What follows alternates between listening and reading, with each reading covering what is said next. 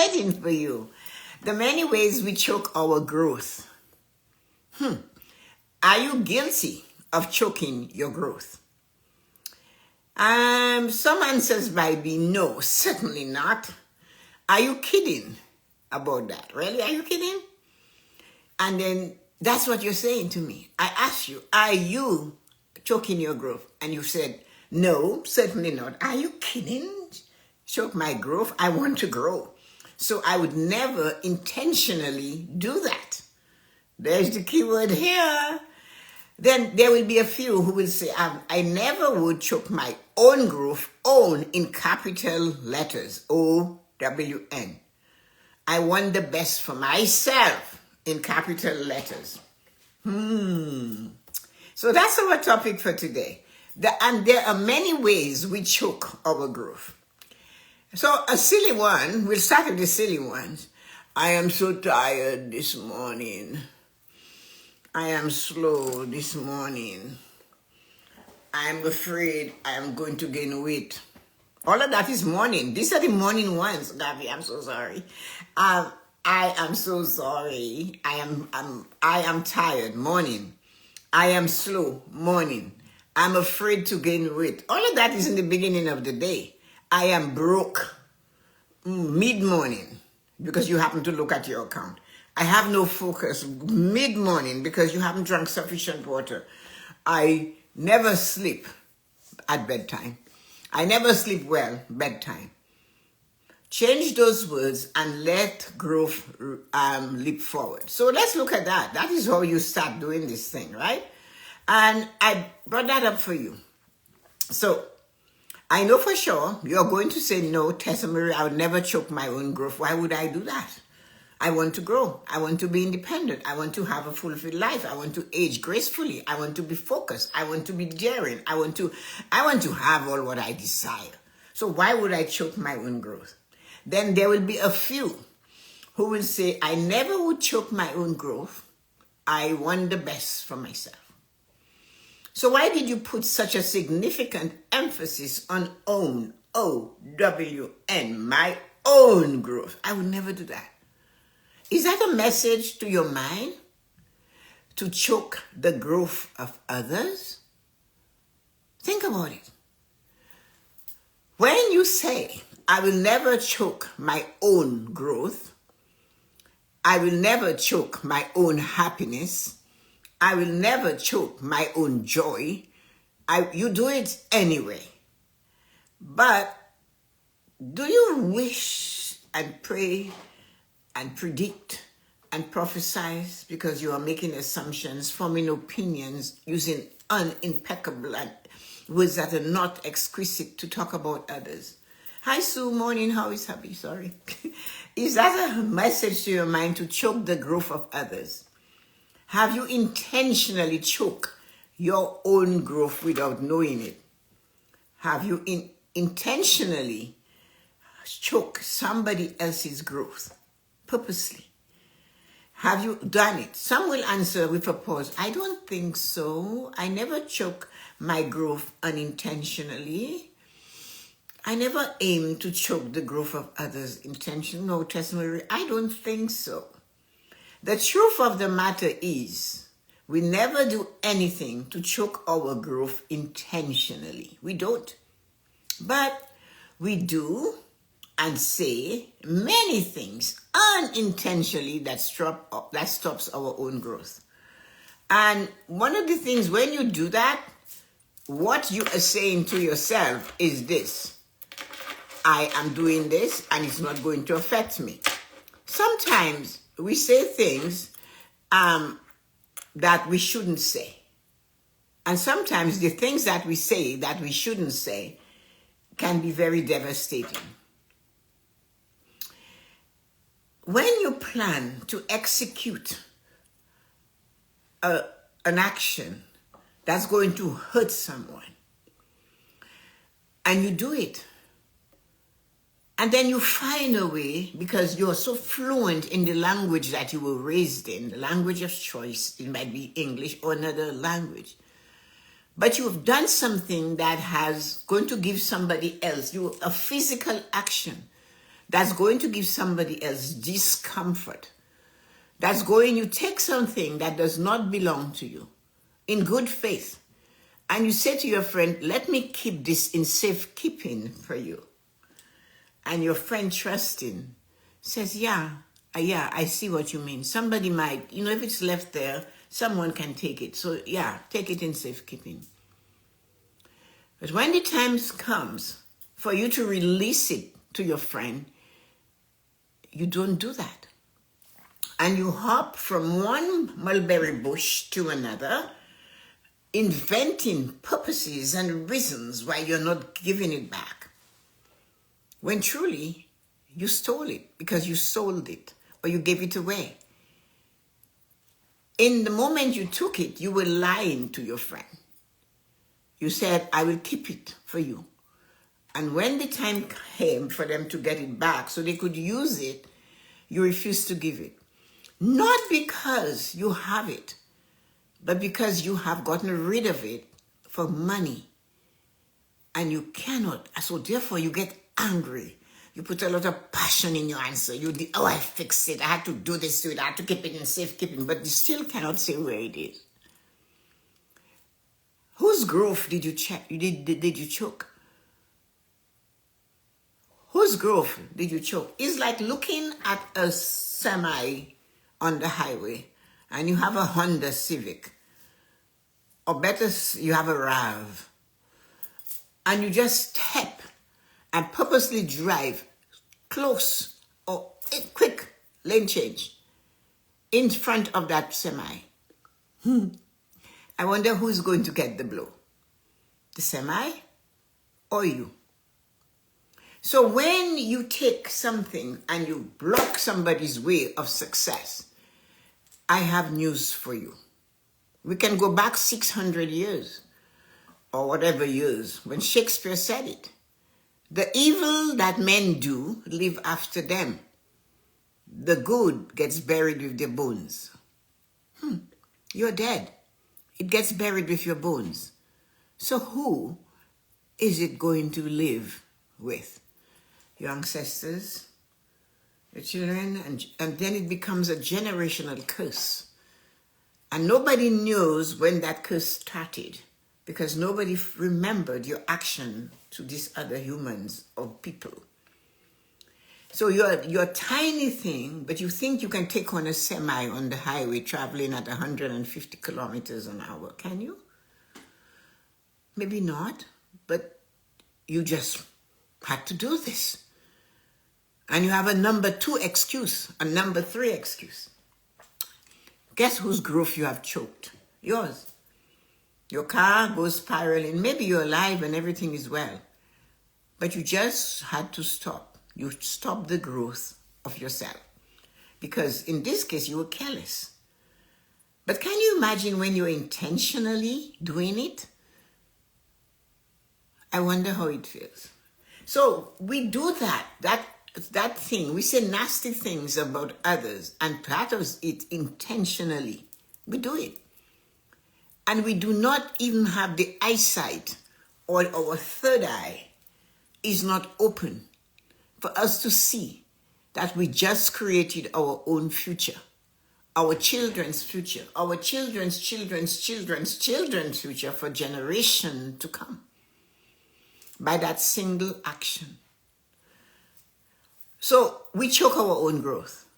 But we do not only choke the growth of us, we choke the growth of the ducklings following the duck, which is us. And we have to be careful. And if we had the habit of doing that, we need to stop it, not in regret and say, okay, and keep reliving it or trying to fix it. Do not go back there. You didn't know better, but you know now. So you know now. You heard me say, and I live by that. Each and every special person you come across has a special in them. We talked about that yesterday. But when we step out and we go out purposely, intentionally to block the growth of others, we are unintentionally blocking our own growth. Watch your words. Do not pluck out the eye of the person standing in front of you. Do not bite the hand that feeds you. All of these things, do not tell that person you have a big a sty in your eye when you really have a whole big beam in your eye. We have so many instructions to live right, and we always choose to step into the light and push someone into the darkness intentionally. And when we are faced with the result of our terrible intention for our friend, we are living it, but we don't even see it. And then there are those that say, I never knew I would experience it. I always thought they would. Have you ever heard that? Say something. Say something in the chat. Have you ever heard somebody said that? Oh, I thought they would have that. Never me. I can't believe this happened to me.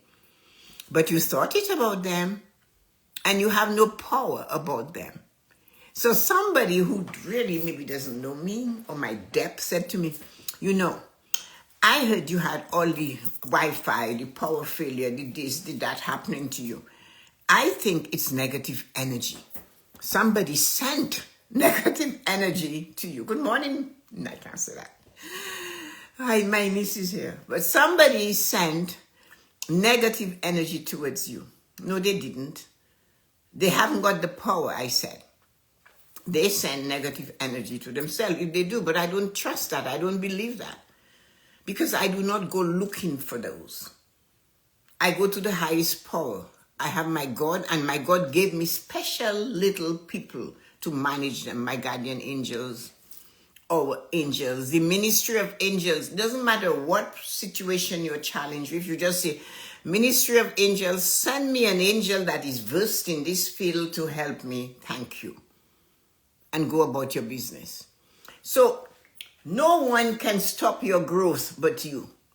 We stop our growth when we unintentionally take actions to affect somebody else's growth. It is our journey. We planned it, we thought it, we executed it, and now we're living it.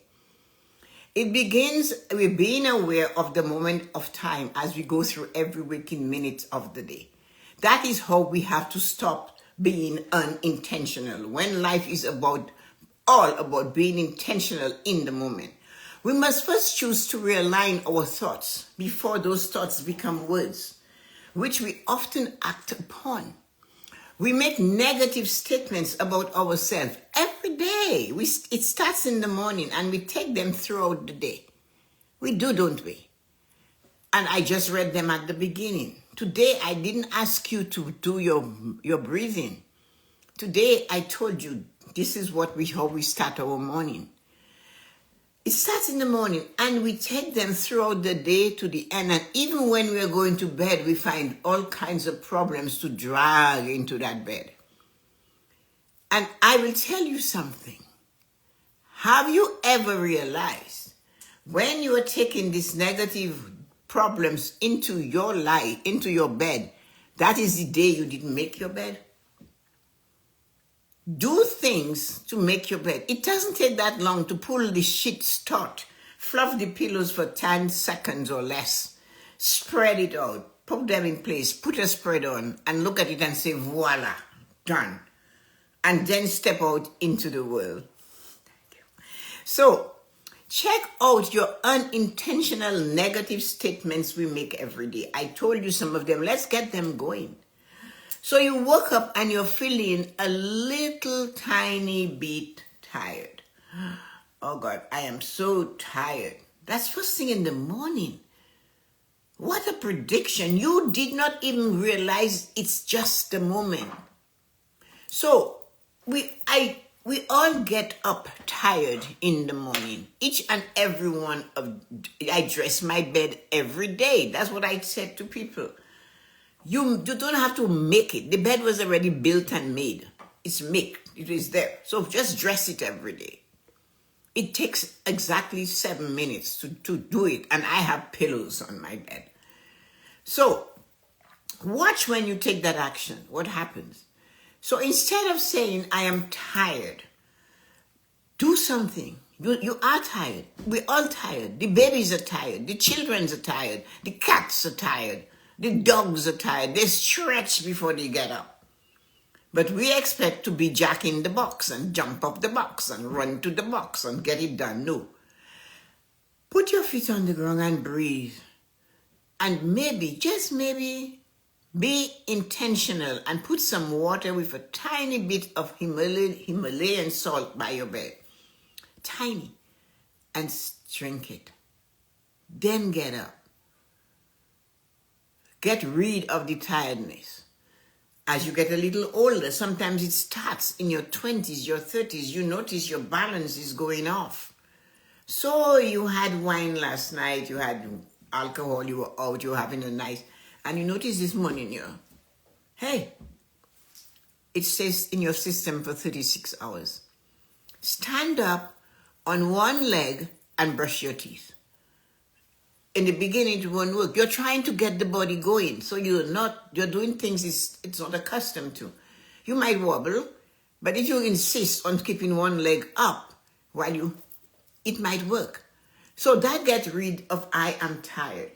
Tomorrow, the next week, as you do it, the more you do it, the small incremental steps that we take each day towards doing something gets better as we do it. Consistency is the power of success. It gets better. So, one day you notice, I can do this whole thing with that leg up. You get up in the morning, you can't wait to get to the bathroom to brush your teeth because you can keep your leg up. You're not thinking of tired. I asked the Ministry of Angels to send me an angel to help me wake up in the morning fired up and ready to go before I go to bed. These are the things I say. You don't, let me tell you something about this thing we call prayer. After a certain age, prayer becomes a begging. You have to know when to stop begging God. And you have to start listening to God. So in my case, let's just say I started praying when I was born. At 79, you think I should still be begging God, or I should just sit and listen to what God has to say to me for today? And maybe all the answers I seek are in those moments that you shut up. Those 10-minute breaks that you take, so that you can rejuvenate and do what you have to do. It is magical. As Yuko and Dawn and those of you, I do this every day. After this live, I pause it for a cup of hot water, warm water, maybe a drop of lemon, and I sit there. It's very difficult, challenging to do because we want to move. You cannot do 10 minutes, but do 5. Set a timer and watch how your day unfolds. You won't be slow in the morning. You make your bed at night. You're getting into that bed. There is no way you're bringing troubles into that bed. You dress your bed this morning. You are getting up in the morning and the first thing you're saying, I must have gained 10 pounds. I had bread yesterday. No, you don't gain 10 pounds because you had bread yesterday. You gain 10 pounds because you have bread every day for the past 20, 30, 40 years. So get over that. And it took all 30 years to get it there. So stop talking things like that. It is just choking your growth. It's preventing you from being the magnificent person. But the worst thing we do is when we want to stop the growth. In some cases of our competitors, people that are doing the same thing as we are doing.